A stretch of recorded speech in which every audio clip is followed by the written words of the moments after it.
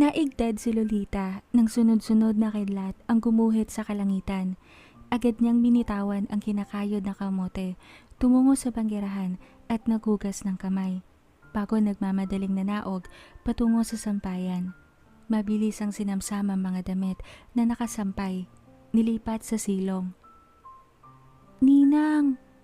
Mahinang tawag kay Lolita na muling kinagulat ng babae. Mula sa hagdan, nakatayo ang inaanak niya, si Princess. Isa sa mga ugali nito ay bigla na lang lumilitaw kung saan-saan. May sapusa ang mga paa, magkaang maglakad, kaya madalas siyang nagugulat nito. "Ninang Lita, sabi po ni nanay, sunduin niyo daw po siya sa bayan." Mahinang wika ng batang si Princess na kinakunot ng noo ni Lolita. "Ano? Kung kailang padapit hapon na?"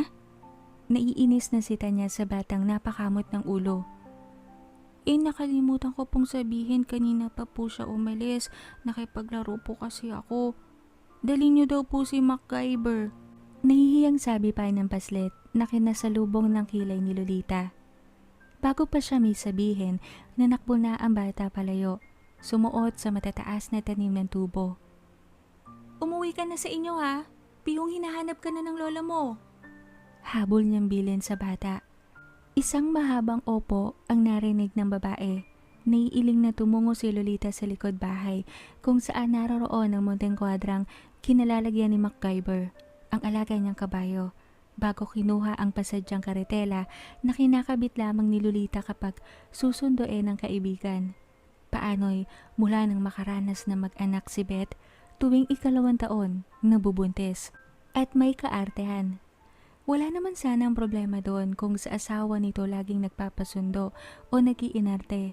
Ang kaso'y sa kanya lagi ito umaasal ng ganon. Ang asawa kasi nito ay lingguhan lang kapag umuuwi. Sa kabilang bayan pa nagtatrabaho. Palibhasay silang dalawa lang ang halos magkapit bahay sa paanan ng bundok at matalik na itong kaibigan. Kababata, isa pa'y may kataasan ng lugar nito kaysa sa kanya. Bukod pa ron, ang daan patungo sa bayan ay hindi rin biro dahil tatawid pa ng ilog na laging nilalaro ang kanilang mga mata. Paano'y may panahong pagkalalim-lalim nito? May araw naman na hindi tataas hanggang binte ang tubig. Hindi pa kasama ang panahon ng tag-ulan. Isa pa naman yon sa pinag-aalala nila. Paano kung mag-umpisa na mag-aral ang dalawang anak ng kaibigan? Kumuha saglit na malalapad na salakot ang babae. 2. Siguradong walang dalang pamandong ang pasaway niyang kaibigan nang tumungo ito ng bayan. Tamad kasi ito. Isa pa dahil buntis, ayaw magbitbit ng kung ano-ano bukod lang sa dalang bayong. Nang muling gumuhit ang liwanag sa papadilim na langit, nakaalalang napatingala si Lolita sa direksyong kinaroroonan ng bahay nila Beth. "Dito ka muna nak ha, silipin ko muna yung kinakapatid mo kung umuwi na." Paalam ng babae kay MacGyver na tinignan lang siya bago yumuko at umubot ng damong nakapanali sa isang parte ng silong. May katarikan ng paakyat sa bahay ng kaibigan, ngunit kapag sanay na, wala nang madulas o matarik. Isa pa'y gumawa sila ng hawakang kawayan sa kanang parte ng daan. Pinagtulungan nilang tatlo nila Beth at Dikong upang maging gabay paakyat at pababa, lalo pag tag-ulan. Hindi na lumapit si Lolita sa mismong bahay. Tumawag siya sa bukana. Nagsimulang bumuhos ang mumunting patak ng ulan. Sumungaw sa bintana ang matandang babaeng si Lola Huling. Inadjust nito ang antipara sa mata bago sumagot. Nag-uumpisang lumiwanag ang loob ng bahay. May nagbubukas na ng gasera. "Lola Huling, andyan na ba si Princess?" Tanong ng babae na kinatango ng matanda ng sunod-sunod. Bago sumagot. "Andito sa loob. Bakit?" Nagtatakang tanong nito. "Sinigurado ko lang ho kung sumunod sa akin. Si Lilibet ho ba andyan na?" Tanong niya sa umiling naman na matanda. Mahirap na rin, baka umuwi na ito since kanina pa nga nagpapasundo. "Kanina pa yun bumaba, nagpahilot kay Ma'am Ponso. Sabi tutuloy sa bayan, may bibilin. Hindi pa nga bumabalik. Wala pang maingay dito eh." Saad naman ng matanda. Si Queenie ho, lumalakas na yung ulan eh." Anang babae pa. Saglit na wala sa bintana ang matanda. Nag-umpisang lumaki ang patak ng tubig. Naitakip ni Lolita ang isang palad sa noo upang sanggain ng tubig na bumabasa sa kanyang muka habang matyagang inaantay ang muling pagdungaw ng lola ni Lilibet. Kakaakyat lang, naglinis pala ng katawan. Si Queenie andito na din. Anang matanda na kinatango ni Lita. Saglit siyang nagpaalam bago tumalikod at binaybay na ang daan pababa. Lola, asan po ang asawa ni Ninang? Tanong ni Queenie, ang pangalawang anak ni Beth, sa matandang inaabot ang nabitawang katsa. Iyayariing lampin na lalagyan ng borda sa tela. Pagkatapos, hindi ba't namatay na? Binauna sa lupa. May sakit kasi. Matyagang sagot nito sa napasimangot na bata. Bakit wala pa siyang anak tulad ni nanay panay buntis? Inosenteng tanong nito sa nailing na matanda. Di ba nga? Sandali lang sila nagsama at nagkasakit yung asawa niya, kaya hindi siya nabuntis. Muling sagot nito. Mag-aasawa pa po ba siya, Lola, para mabuntis siya? Anang bata muli. Saglit natigil ang matanda sa paglalagay ng sinulid sa karayom. Bakit ba ang dami mong tanong? Hala, magminindal ka ng kamote dyan para hindi kung ano-anong paksa ang lumalabas sa bibig mo. Oy, princess, huwag ka nang umidlip ha. Mamaya gising ka na naman magdamag at magbubukas ka na naman ng gasera. Mahalang gaas. Tuloy-tuloy na wika na matanda na pinapadaan sa putol na katawan ng kandila ang sinulid na gagamitin.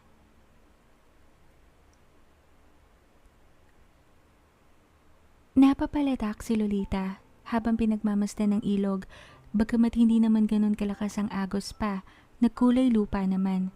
Sana lang talaga hindi ito lumalim mamayang pagbalik nila. Bahagyan niyang hinampas ang likurang bahagi ni MacGyver upang mabilisan nilang tawirin ng tubig. Sinili pa ng babae kung hanggang saan.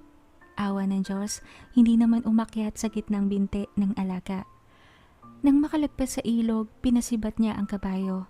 Walang problema sa hatak nitong karitela, matibay yon at hindi basta-basta bibigay ang dalawang gulong. Hindi na naman ganon kabigat, puwera na lang kung sakay ang maingay niyang kaibigan. Hay nako, 48 years. Reklamo ni Beth na napamaywang pa habang papalapit si Lolita. Late na kasi sinabi ng anak mo. Tsaka bakit pa hindi ka na kasi umuwi nung wala pa ako, inabot ko tuloy ng ulan.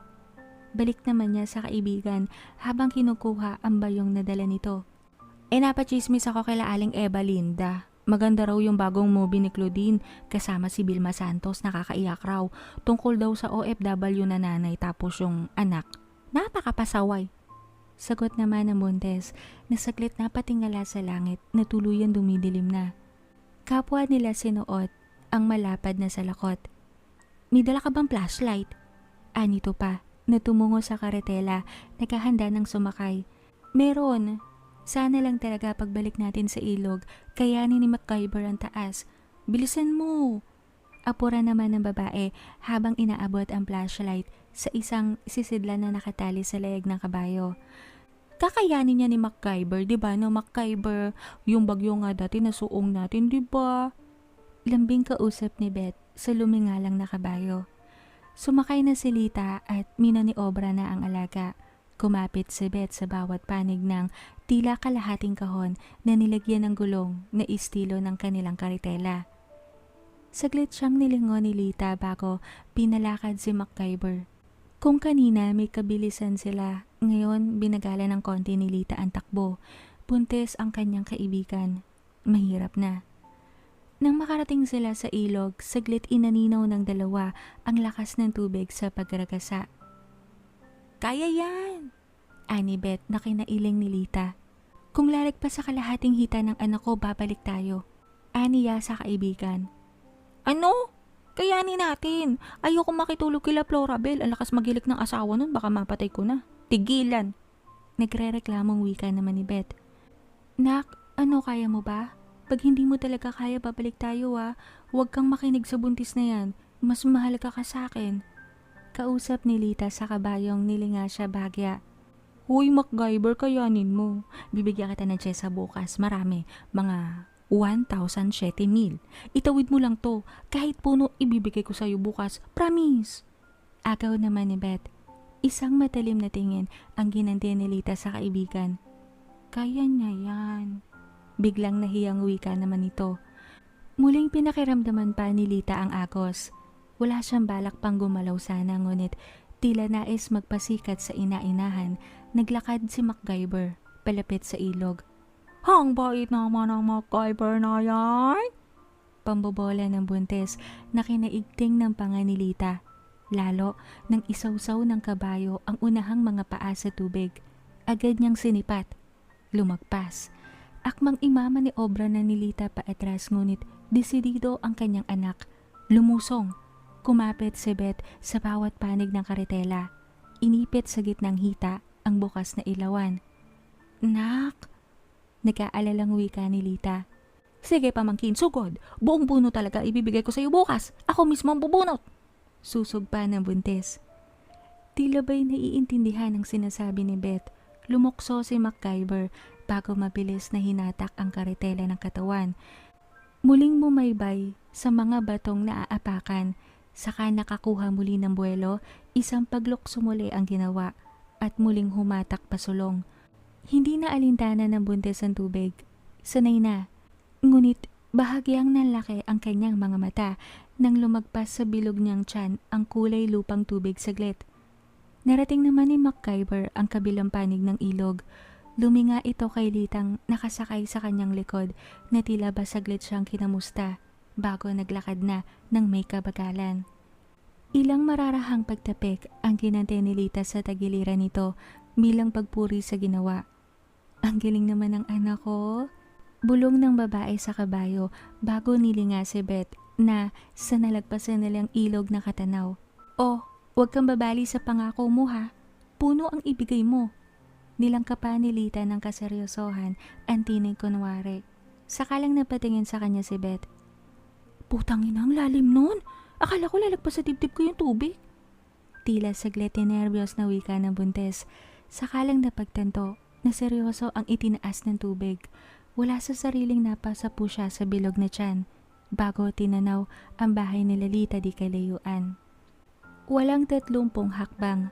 Nanatili ang malakas na petak ng ulan na hindi alintana ng dalawang kalmante na. Nga pala Lolita, nagtanong na rin ako kay Tatang Jun kung magkano ang nagastos niya sa pagpapakabit ng generator.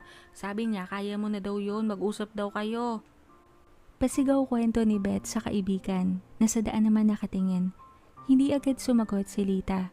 Si Beth naman ay binuksan gamit ang isang kamay ang flashlight na saglit namatay. Awa ng Diyos, muling bumukas ng paglaruan niya ang switch. Tinutok sa daan ng liwanag. Mula sa liwanag ng flashlight, nakikita ni Beth ang lalong lumalaking patak ng ulan. Ang sabi sa debateryang radyo ng kanyang lola huling, may paparating raw na bagyo, ngunit sa makalawa pa raw ang inaasahang landfall. Parang napaaga ata. Buti na lang, may natitira pa siyang kasubha sa kusina. Tsak na masarap ang lugaw bukas ng umaga. Lalangkapan niya ng piniritong taba at laman ng baboy. Tapos maraming bawang na tinusta at tokwang ipiprito rin. Napalunok si Beth sa mga isipin tungkol sa pagkain. Hindi narinig ang sinabi ni Lita. Ngunit pinili niyang sumagot sa pag-aakalang tungkol iyon sa generator na pinapakanba sa kanya ng kaibigan. Sabi ni Tatang Jun, kahit siya pa raw ang mag-ayos ng generator mo, makipag-date ka lang daw sa kanya sa bayan. Tusok-tusok ng fishball ganun. Baliwalang sabi ni Beth. Ano? Nalitong sabi ni Lita. Ha? Sagot naman ni Beth. Pinagsasabi mo dyan. Naiiritang wika ng babae. Bakit ano ba sabi mo? Tanong naman ni Beth. Huminto ang karetela. Bumaba si Lita sa kabayo. Nagsalubong ang kilay ni Beth nang inagaw ni Lita ang hawak niyang flashlight at may tinanglawan. Ano meron? Tanong ni Beth. Ang sabi ko, kung napapansin mo yung nakahandusay sa gilid ng daan, ano bang sinasabi mo?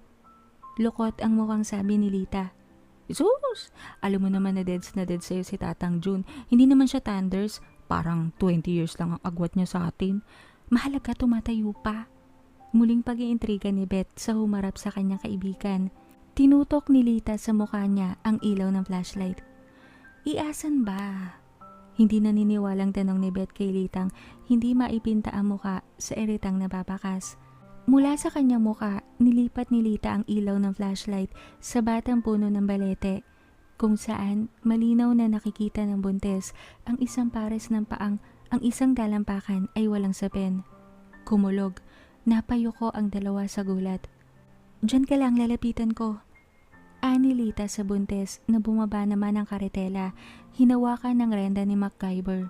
Ugali kasi ng kabayong ito na sumunod sa nanay-nanayan kapag lumalakad palayo kung wala sila sa teritoryo. Mahinang humalinghing si MacGyver, tila nais sumunod kay Lita. Ito naman, misisilipin lang nanay mo, iiwan mo naman ako mas kailangan kita dito. Sita nito sa hayop na animo ba'y bata. Nahawa na sa paraan ni Lita ng pakikipag-usap dito. Tinanglawa ni Lita ang katawang napansin. Unang napagmasdan niya ay ang mamula-mulang talampakan, may ilang gasgas gawa ng kung ano. Ang isang paa nakasuot pa ng high-cut na sneakers. Puting-puti ang swelas bukod sa nalublob marahil sa putik na sintas na nagkulay lupa na rin. Sunod ang matingkad na pagkakaasul ng pantalon at ang guhitang polo na kulay itim. Nantuluyang tinutok ni Lita ang liwanag sa mukha nito. Napalunok ang babae. May ilang gasgas sa ilong at muka ang lalaki. Ngunit hindi makakailang may itsura kahit walang malay. Mihiwa rin ito sa kanang kilay pababa. Halatang nagdurugo kahit nahuhugasan ng tubig ulan. Ano? Humihinga pa ba? Tanong ni Beth di kalayuan na kinalingon ni Lita rito. Hindi niya masisisi si Beth na ganito ang reaksyon. Sanay itong makakita at makatagpo ng ilang lalaking lasing sa kalsada lalo na sa bayan. Ito kasi ang gala sa kanilang dalawa. Binalik ni Lita ang paningin sa lalaki. Nilapitan. Mama! Tawag ni Lita sandali nang hindi ito sumasagot. Dahil wala ngang malay, lakas loob na nilapit pa ni Lita ang sarili. Tinaman ng dalawang daliri ang pulso sa itaas na bahagi ng leeg. May natagpuan siyang mumuntim-pintig. Buhay. Napalinga siya kay Beth na ginigiya si MacGyver papalapit sa kanya. Bumaba na ito ng karetela. Paanong gagawin? Sa itsura nito parang hindi ito taga rito. Tila galing sa kung saang aksidente. Hindi niya karakang maisip ang nararapat. Kung patay na ito, isang bangkay, maaari naman na iwan nila ni Beth at humingi na lang ng tulong. Ngunit sa lakas ng agos sa ilog, mukhang imposible. Kailangang maghintay pa na magliwanag para makatansya. Delikado naman para sa kaligtasan nila. Hahayaan na lang muna nila ito rito. Kaso nga ay buhay. Tara, sakay natin dito. Ani Beth na kinalingon ni Lita. Tapos, tanong niya. Pagyayamanin sa inyo, buhay pa diba? Ani Beth naman. Muling binalik ni Lita ang mata sa walang malay na lalaki. Sa nakikita niya, matipuno ang katawan nito. May taas din, may mahabang mga hita pa. Masisisi ba siya kung mag-alinlangan siya dahil lalaki ito? At kahit may itsuray, hindi niya sigurado kung hindi siya magkakaproblema kung sakali. Pwede naman nating ipaanod sa tubig. Pero kasi gwapo sayang. Ani Beth pa rin. Ganon? So pagpangit hindi sayang. Hindi maiwasan ni Litang komento na saglit hinahamig ang konsensya kung tutulungan ba o hindi. Hindi naman sa ganon. Sayang pa rin kaso may itsura siya kaya masayang. Anito na kinasalubong ng kilay ni Lita. Muling napatitig ang babae sa sugatang muka at mga talampakan. Maging mga palad nito, mga braso, may kaskas. Hindi niya maaro kung saan kaya nakuha. Isukbit mo na lang yung jungle bolo mo sa tagiliran para sure. Tsaka hindi naman kita iiwan pati. Sa inyo ako matutulog. Okay na? Ani Beth pa na kinalinaw saglit ng kanyang utak. Sa huli, isang buntong hininga ang kanyang pinakawalan bago nagpa siyang sundin ang kaibigan. Nagkandahira pa silang hatakin papalapit sa karetela ang lalaking walang malay. Buti na lang, hindi ganun kasensitibo si Beth sa pagbubuntis. palibasa ay malakas din ang katawan.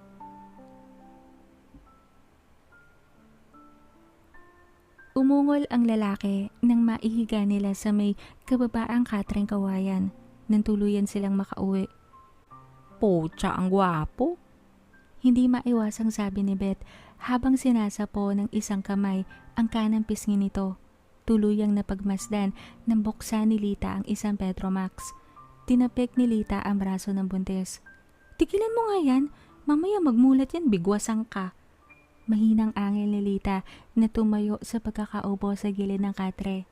Tumungo sa banggerahan. Muling nagbukas ng isa pang Petromax. Ikaw wala ka talagang tiwala sa lahi ni Adan, puwera lang sa dating asawa mo at sa tatay mo. Irap ni Beth sa napabundong hiningang dalaka. Hindi naman sa ganun. Hindi natin kilala yan eh. Mamaya, masamang tao pala yan. Kita mo oh, parang galing sa away ang daming gasgas sa katawan. Naiiling na wika ni Lita habang kumukuha ng alcohol sa silid nito. Ante! Tawag ni Beth na tila ba nag-aalala. Lumabas si Lita ng silid. Napatingin sa daliri ni Beth na tinuturo ang nilagay niyang unang kulay puti. Kasi unti-unting nakukulayan niyo ng dugo. Tuluyang umiral ang malambot na puso ni Lita. Nagmamadali nitong tinungo ang ulohang bahagi ng lalaki. Sinipat ang pinsalang pinanggagalingan ng sugat. Bandang likuran ng tenga. Putok. Tila nahampas o nauntog. Hindi sigurado ng babae. Kaya yan, linisan lang. Pagbibigay ng positibong reaksyon ni Beth kahit nang mumutla na ang mukha nito sa pag-aalala. Paano'y alam nila na kung sakali kailangan tahiin ang sugat. Wala silang choice kundi gawa na lang ng paraan. Sinunod ni Lita ang sinabi ni Beth. Gustuhin man nila, hindi nila maitatakbo sa bayan ng lalaki. Sa sungit ng panahon at sa taas ng tubig sa ilog, 3 silang mamamatay kung sakali. Wala pa naman silang kapitbahay na iba. Sa kabilang ilog pa ang pinakamalapit nilang kapitbahay. Tsinaga ni Litang linisan ng sugat. Tinupi ni Beth ang unan at nilagay sa leeg ng lalaki upang umangat ng konti ang ulo at maabot ng maayos ng babae. Gamit ang plangganitang may maligamgam na tubig at alkohol, tinubog ni Lita ang malinis na pimporoon. Napapangiwi si Beth sa tuwing tumatapang ang kulay ng tubig sa bawat dawdaw ng bimpong may dugo. Inabot ni Lita ang betadine na kinuha ni Beth sa loob ng silid. May dala na rin itong puting damit, cotton, at jersey na short na kinakunot ng noo ni Lita saglit. Kilala niya ang mga damit kasi. Kay Martin. Sorry, kinuha ko na. Bibihisan mo naman siya, diba? Hindi pwedeng ibabad sa katawan niyang damit niya, lalagnatin yan. Pulmon niya, malala. Anang buntis na kinabuntong hininga na lang ni Lita bago muling tinuloy ang naudlot na ginagawa. Isang malinis na tela ng katsa ang pinunit ni Lita. Buti na lang kompleto siya ng first aid kit, gawa ng siya ang takbuhan ng mga anak ni Beth kapag nadadapa o nagkakasugat sa mga katawan at tuhod. Sinecure ni Lita ng surgical tape ang katsyang nilagyan ng maraming betadine at tinapal sa pumutok na sugat.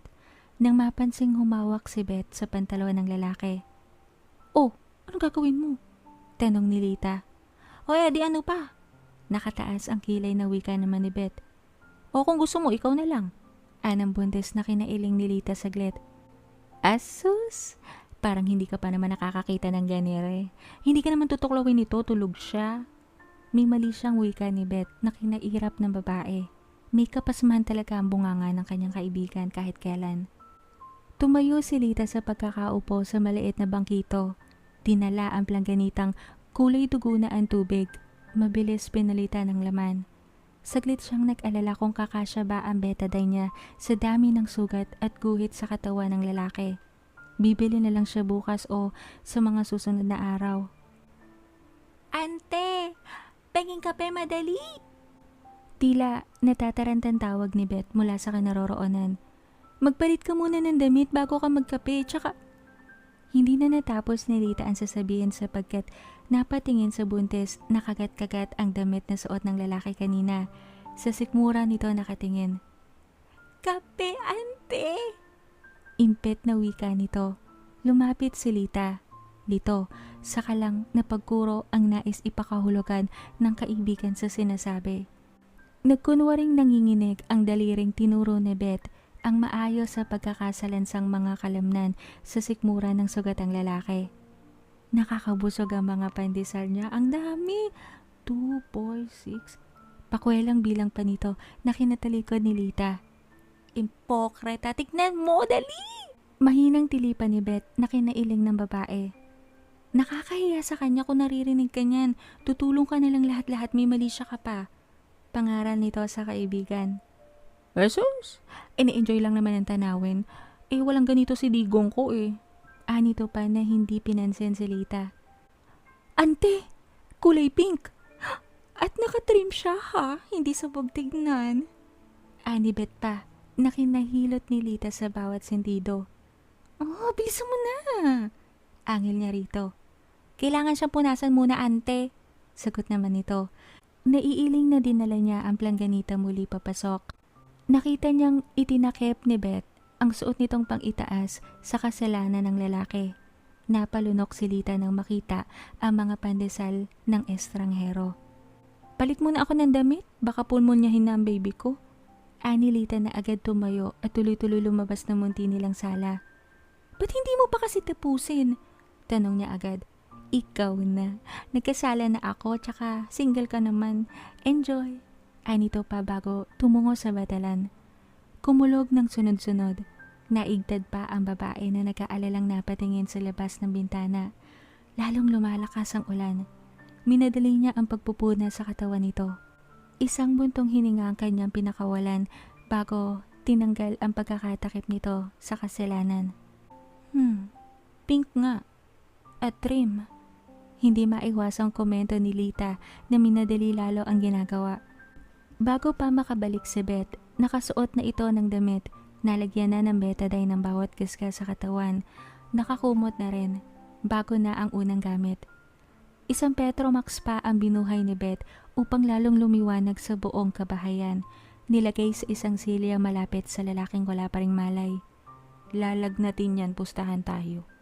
Ani Beth habang humihigop ng mainit na sabaw ng tinola. Nagkahapunan na ang magkaibigan habang naiigtad mayat maya sa kulog at ihip ng hangin. Sinara na ni Lita ang bintana at pinto matapos siguraduhing hindi nababasa ang anak sa kwadra nito. Napalinga si Lita sa lalaking pinagyayaman. Malamang yon sa isip-isip ni Lita. Ang tanong, anong nangyari kaya rito? Bakit ang daming pinsala sa katawan? Naaalala mo dati nung mga bata pa tayo? Ani Beth habang nilalagyan ng mainit na sabaw ang mangkok na hinihigupan. Hindi sumagot si Lita, nagpatuloy sa pagpira-piraso ng papayang laman ng tinola. Di ba dati pinaglalaba tayo ng mga magulang natin? Sumalangit nawa ang kanilang kaluluwa. Saglit na napatigil ito. Sa sasabihin, nag-cruise sa dibdib bago nagpatuloy. Di ba dati? Nagkakatuwaan tayo habang nagkukula sa ilog. Na sana si Richard Gomez kunwaring magbakasyon dito sa ating probinsya tapos mapapadpad siya dito sa ilog kung saan ako naglalaba. Makikita niya ako habang nagkukula ako sa batuhan. Tapos slow mo niya akong lilingunin habang slow mo ko rin na hinahawi ang mahaba kong buhok. Tapos tatakbo siya palapit sa akin. Tapos ako naman tatakbo palayo. Maghahabulan kami. Tapos maaabutan niya ako sa palayan. Mabubuwal kami at magpapagulong-gulong sa butikan. At sasabihin ko, wag na siyang mag-condom dahil sayang. Hindi natigil ang tuloy-tuloy ng pagsasalita ni Beth nang hampasin ni Lita ang kanyang braso. Ano ka ba? Kumakain tayo. Tsaka masyadong disturbing yung mga pantasya mo. Naiiritang sansala ni Lita sa kaibigang natawa. Ano masama dun? Bata pa naman tayo nun. 14, inosente, at malikot ang imahinasyon. Pagtatanggol nito sa sarili. Saan patungo yung usapan na to? Naiinip na wika ni Lita habang naglalagay ng kanin sa platong sarten.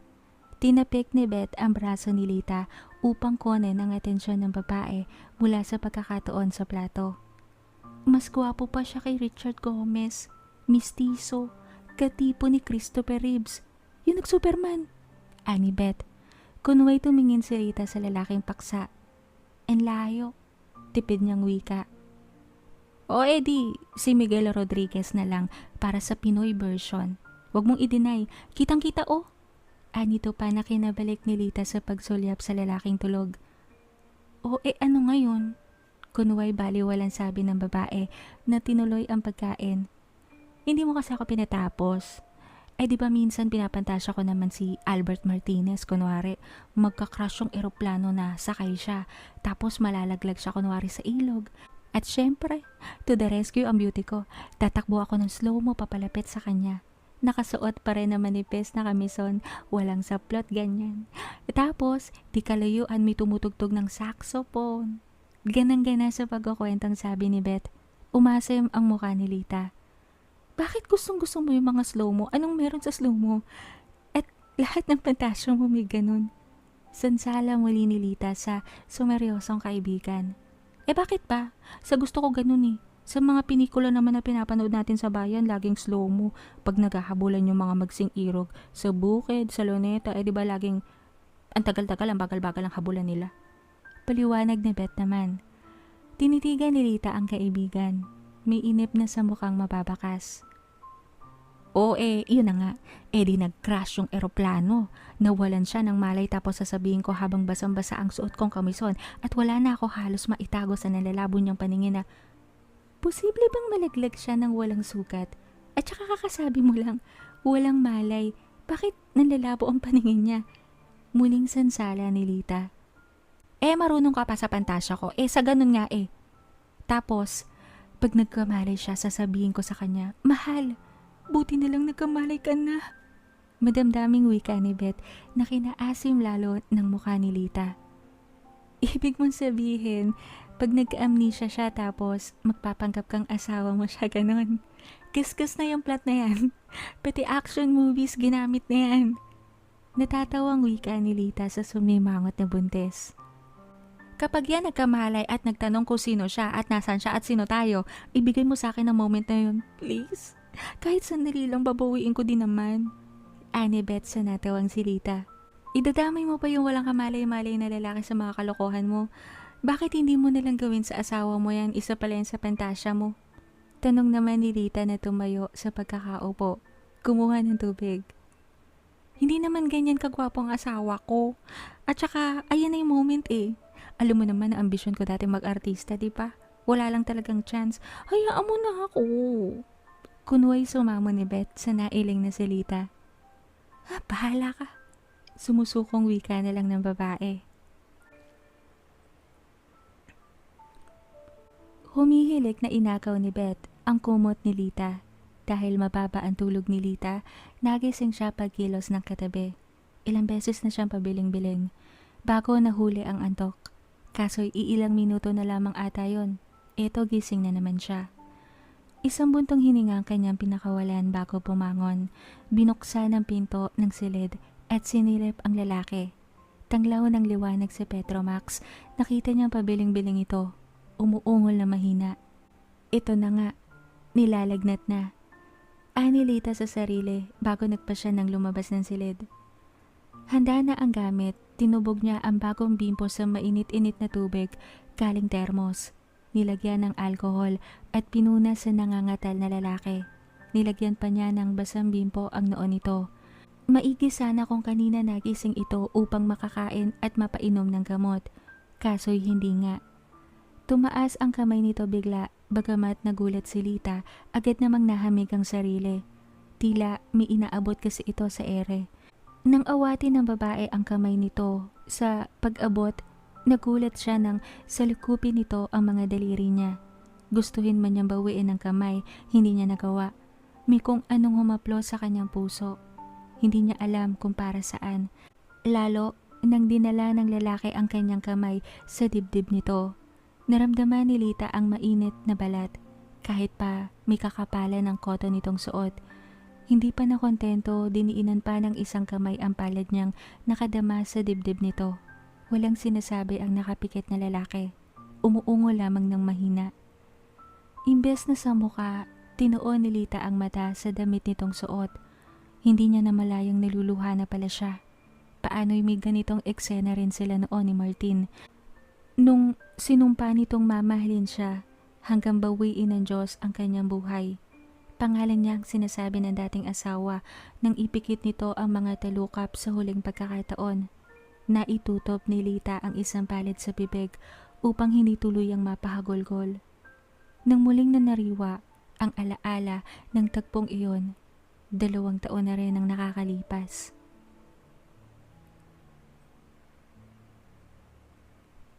Bumawi ka ng tulog. Papupuntahin ko rito si Lola Huling para magbantay at asikusuhin si Adonis pag nagising. Ani Beth ng umagang iyon, habang panay ang sulyap sa kanyang humihigop ng gatas. Binigyan mo na talaga ng pangalan. Naiiling na wika ni Lita sa buntis na tinatali ang buhok ni Princess at Queenie. Lipas na ang bagyo, parang nagdahilan nga lang sapagkat tirik na tirik ang araw kahit 7:00 pa lang ng umaga. Nang makontento sa pagkaasikaso sa mga anak, agad na nakbo ang 2 paslit sa labas ng bahay. Naglalaro na. Mali mo naman mawalan nga ng alaala o di advance tayo. Depensa nito. Umungol ang lalaki, kaya kapwa na patingin ng dalawa sa kinaroroonan nito. Lumapit si Lita. Bumaba na kahit paano yung lagnat. Ani Lita na saglit dinama ang noo ng lalaki. Ante, mahinang tawag ni Beth sa kaibigang napatingin sa kanya. Ninuso nito ang lalaki na unti-unting nagmumulat ng mga mata. Saglit inayos ni Beth ang buhok. Tumikhim na mo ba'y may pinaghahandaan kong ano. Nailing si Lita. Gagawin talaga ng gagaan trip. Huy! Pigil niya sa buntis na pinapabaka sa muka ang pag-aalala. Nakalapat pa ang isang palad nito sa dibdib at ang isang palad ay panaypahid kunwari sa noong hindi naman pinapawisan. Nag-umpisa itong suminghap-singhap ng mahina. Umatras ng konti si Lita. Hiniling na sana kainin na lang siya ng lupa dahil siya ang nahihiya sa inaasal ng kaibigan. Nang tuluyang magmulat ang mga mata ng lalaki, saglit itong tumitig sa kisaming gawa sa pawid. Bago sinapo ang sugat, sakalang gumala ang mata nito. Sa kanya unang tumapon ngunit agad nalipat kay Beth nang biglang mapaluhod sa kinatatayuan ang buntes at tila nangihinang tinangan ang isang kamay sa isang panig ng katring kinahihigaan ng lalaki. Takip-takip ng isang palad ang bibig, kunway nang lalaki ang mga mata na animo ba'y nakakita ng manananggal na lengthwise. Asan ako? Tanong ng lalaki na kinailing ni Lita. On cue, lalong naglumuhod ang buntes sa sahig. Sino kayo? Muling pabulong na tanong nito. Hindi mo natatandaan? Madamdaming wika ni Beth. Nasapo ni Lita ang noo. Tila kumirot ang kanyang sentido bigla. Hindi. Ano bang? Nalilitong wika ng lalaki na agad pinutol ni Beth. Ang pangalan mo, hindi mo alam? Tanong nito na konti na lang tila papatakan luha. Saglit na tahimik ang lalaki. Muling tinuon ang paningin kay Lita na tila ba nanghihingi ng tulong. Nakaramdam ng habag si Lita. Kawawa naman, napagtripan pa ng kaibigan niya may sapak. Hindi ko matandaan. Sino ba? Mahal! 1 linggo ka nang walang malay. Nabago ka ng pababa ka sa palayan. Alalang-alala ko, mahal. Biglang tirada ni Beth na kinatigil ang sasabihin dapat ng lalaki.